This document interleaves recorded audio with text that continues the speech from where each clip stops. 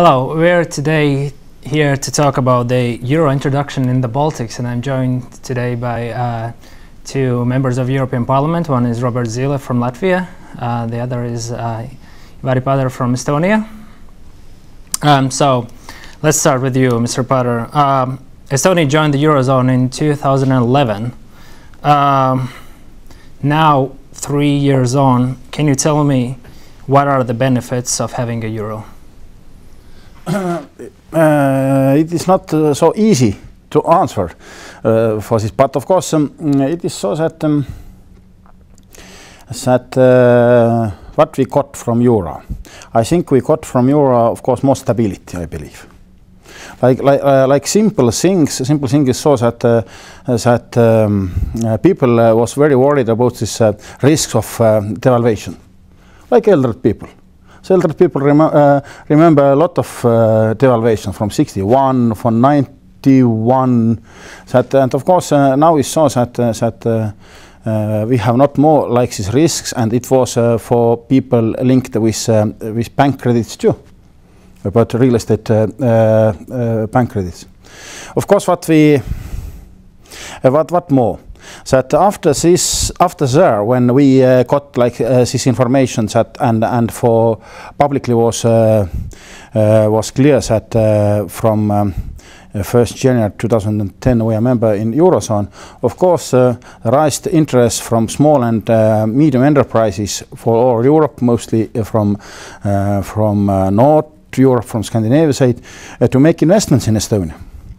And now we saw that this is a tendency that we have quite a lot of small, medium enterprises from Scandinavia, and export today is approximately 70% from GDP.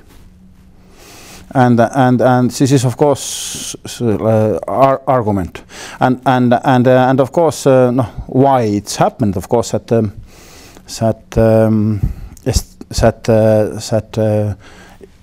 generally in European level, of course, small local currencies like Estonian kroner was or Latvian lat today, emotionally they are very important for us. Emotionally it's very important for Estonia. For me it was very important, Estonian kroner too. But generally, if you wanted to make and to play like this more global play, it need more well-known currencies, and euro is for this exercises, I believe, very good.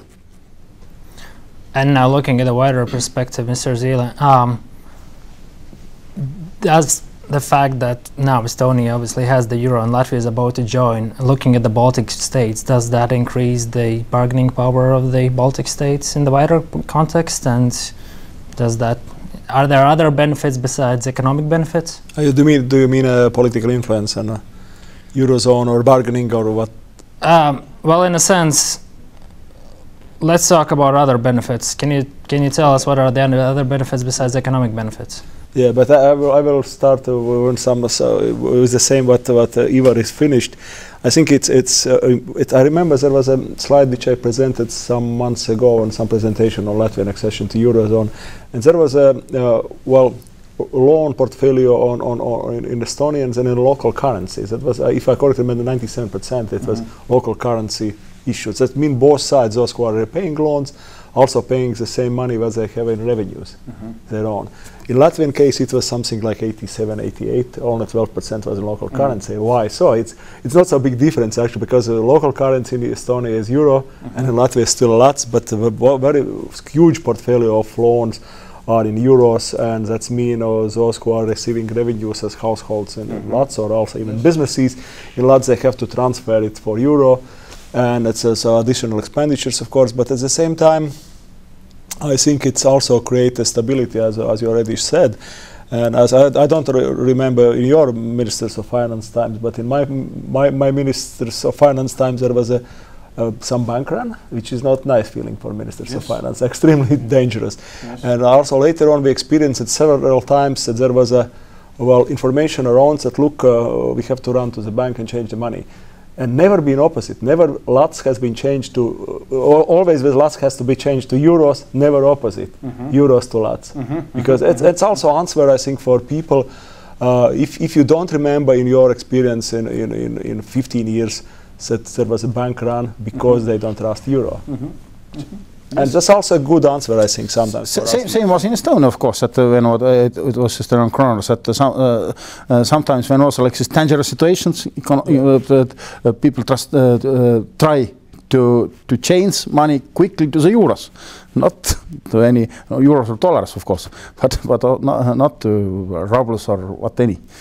Yeah, but of course we have, I think, also some difficulties. We have to be also very honest to public. That, as you already mentioned, this emotional part of people like the national currency and so on. Emotionally, it's a bit difficult to lose your own even small currency, small country's currency, and so it's also for Latvia. I think it's important, but as well, I think we have to be honest that this eurozone, of course, have troubles, and that we have to pay in some kind of guarantee fund. This is significant amount of money. We have calculations, at least from our central bank, 140 million lots, or in 5 years' time at the current you already are paying in.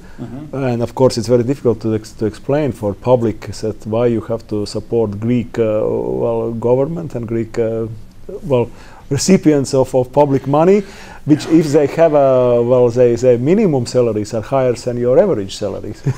And the same will be for Latvia, I think, and that's we have to be honest to the public and to say that we have to explain why it's unfair, but we don't have another option because other option would be even more risky.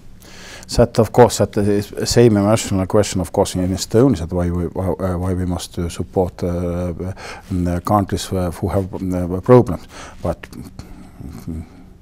People, we must understand that the European Union and our stability, Baltic state stability, it can be just in stable European and now if you're looking like this financial period or next financial period, no like Estonia, that of course we paid to the ESF and ESMS funds. For supporting approximately 90 million euros in last 1.5 years, I believe. But of course, possibilities like for Estonia in this fiscal period to use approximately 5 billion European euros. For next period, approximately 6 billion. Euros of European monies, that of course in this game we must to be solidar with other countries too. It's not just so that European Union is solidar with us and then it's all is closed. Yeah, and expect solidarity from others in case if absolutely. You need the help. Yeah. And we never know what can happen in Estonia or Latvia. We wanted to believe that we have not like large fiscal risks. No, that of course that what it was like Parex cases or other cases. No, today we are more stable, and we wanted to hope that it's. We still feel Parex on our shoulders. Yes, it was so that what was for Estonia in last 5 years that our benefit like was so that we had just Scandinavian banks, and their bank risks was more or less than like local banks, and of course that solidarity cannot be only one way. It must be working back to the other way too, and if some people or government need help, and if they have good plans how to go out from problems. I want to believe that Greece and Cyprus or other countries they have, or Ireland, they have plans that it must be this. The moving must be in both sides. Well, you briefly touched upon the risks, and well, many also argue that this is not the best time for other countries to join the Eurozone. Mr. Zīle, how would you answer that, and what is the alternative if we don't join the Eurozone? Yeah, of course. So, to my mind, if you evaluate all the risks, where it's more risky to be in Eurozone, even Eurozone is in troubles, or to stay outside of Eurozone. Particularly in the case of Latvia, where we had a long, painful, I think, way to the Eurozone. And now to stop ourselves this possible accession from 2014, 1st of January, I think it would be a significant geopolitical shift in Latvian government policy if we wouldn't follow this direction. Why painful way? Because we had a very difficult year 2008, end of 2008, where we had a collapse of second biggest bank, Parex Bank, which was bailed out by taxpayers, and also we had almost empty treasury. And that was a situation where we could choose a different path. Let's say, make it a real devaluation, as IMF suggested that time. And in that case, I think we will lose a Eurozone goal for the next 10 years or so, something at least. Yeah, it wouldn't be, maybe not wouldn't be disaster, but it shouldn't be done in 2008, not in 2013, just before accession of Eurozone. We fulfill finally all the Maastricht criteria, and well, we have a more or less expectations that convergence report for VCB and also European Commission would be well, pretty favorable in a Latvian accession, invitation to Eurozone, and pretty similar, I suppose, like Estonian was 3 years ago. But risks, of course, are still much higher in that case if we would not to join a voluntary Eurozone, if it was possible. In that case, it's a good signal for any Western investment. So this country belongs to different geopolitical targets. And in case of Latvia, it's particularly dangerous because in Estonia you have a non-residence financial sector deposits about 20% of banking sector. In Latvia you have almost half, with a huge increase of trend that this money is coming in. And in case when Eurozone is in their own troubles, that one peripheral member state decided not to join the euro and to stay in other rest, so let's stay. And stay with all the risks in a different geopolitical influence. And I think it's very risky for political point of view first, but also for economical point of view. Yes, that of course one important point, of course, was that it was promise from us, our side, when we was in enlargement to the European Union, that when we fulfill all Maastricht criteria, we stay member of the Eurozone. And of course, this geopolitical issues. What about Robert said that it's from my opinion the first reason, of course, that to be linked more to European different politics. It's our way. But of course, somebody who are against Eurozone in Latvia, at least, they are using argument. Look at Cyprus. That's a Eurozone country. Of course, if we are going to look more deeper in Cyprus, not came to the crisis not because they belong to Eurozone, if I correctly remember, 2007 or 2008. They started this offshore banking as a particularly Russian and former CIS countries, current CIS countries, former Soviet Union countries. Yeah. All this money operations a long time before the accession to Eurozone. Approximately 50. But of course, if the big difference is, I would say today, when we also in European Parliament, we are currently voting tomorrow. Actually, we are voting on first step of banking union, yes, or on single supervisory system, which I think now Eurozone became and European Union became after Cyprus more serious. And they will create a much more stable in banking's financial system in the Eurozone. They were looking for it. Will be much more careful than it used to be many years ago with the Cyprus case. That's why I think we would have a much less risks to be in a system of Eurozone with this non-residence money issue and huge portfolios of money which is short-term money which can flow away in one day. Yes. And we are expected that the European Commission and the European Central Bank in their convergence report could bring up the problem about non-resident deposits in Latvia. Actually, that will be a question to you, Mr. Padar. Back in 2010, when the convergence reports for Estonia were to come out, how sure were you that Estonia would be accepted to the Eurozone? No, we had not problems with like this fiscal position about the Maastricht criteria. That we were in the frames of Maastricht criteria. And same in Latvia today. That I believe that your numbers is okay. But of course, in Ireland was like political questions.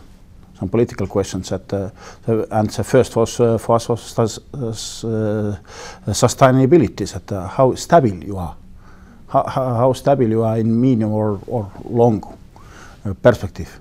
And by time we can see that, of course, that now is 3 years in 2.5 years in Eurozone. That we are stable.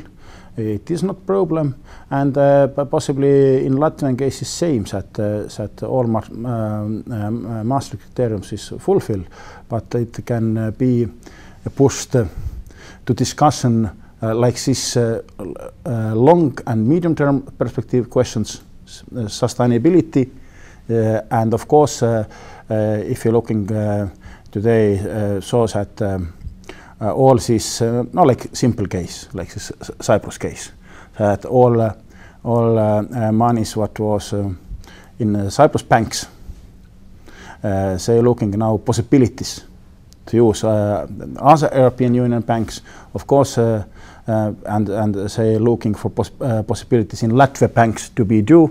Of course, you must be careful about this money laundering and these issues, and it can be a question in our discussions. But Seni, if you remember your convergence report in 2010, yes. Then on sustainability, I also don't remember in details, but perhaps you, because it was Estonia, a report on Estonia, was it sustainability only about growth of economy and things like that, but nothing about non-residents' money on money laundering and things like that in Estonia? We had no problem about this. It was not also in 2010? Yeah, no.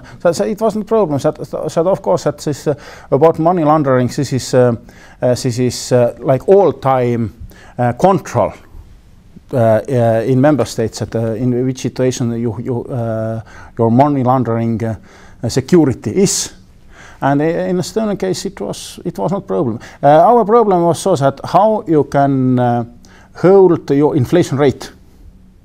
It was problem. And Ivari, because we both are shadow rapporteurs for Latvian accession to Eurozone, this report in European Parliament, do you expect that on sustainability part of report will be some remarks to Latvia on non-residents inflow of capital and also on money laundering issues? Possibly, particularly from ECB side. I think that from ECB side can be in like the money laundering and this risk side some questions. That it can be like this, not political points. But yes, I asked same questions from your central bank president when was in our Econ committee the meeting approximately months or 2 months ago. 2 months ago about these risks, and Mr. Rinkevičius was optimist that it not stay a problem. Rimšević, governor of the central bank, yeah? Or minister of foreign. We have Rinkevičius, who is the minister of foreign affairs. Yes.